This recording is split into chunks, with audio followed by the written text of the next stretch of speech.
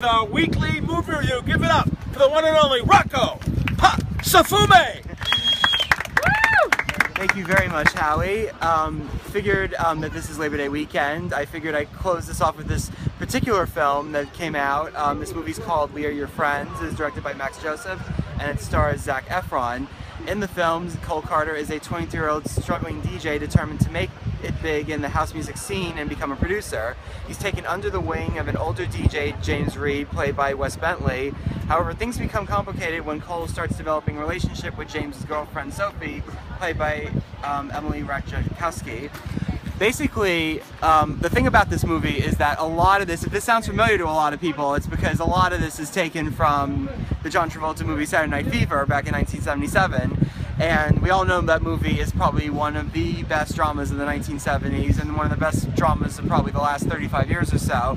And I mean, not to say that's not a bad idea necessarily to make a more modern, you know, house music scene version of Saturday Night Fever, but the problem is it's really hard to make this kind of movie work with a style of music and a scene like house music. I mean, think about what house music is really. House music is basically synthetic beats, and you know, usually it's done by DJs, and DJs can become producers in the scene and make their own music and become fairly successful. But there's not much to house music. It's basically, you know, the same synthetic beats. It's very repetitious, and the issue is, it's just like, you know, I mean, it's just not a lot of drama you can really cull from that type of world, basically. So it makes the film a little problematic, and also, I think what also doesn't help, certainly, is the fact that you know, a lot of the stuff in this movie has been seen before, largely in Saturday Night Fever and many movies like it.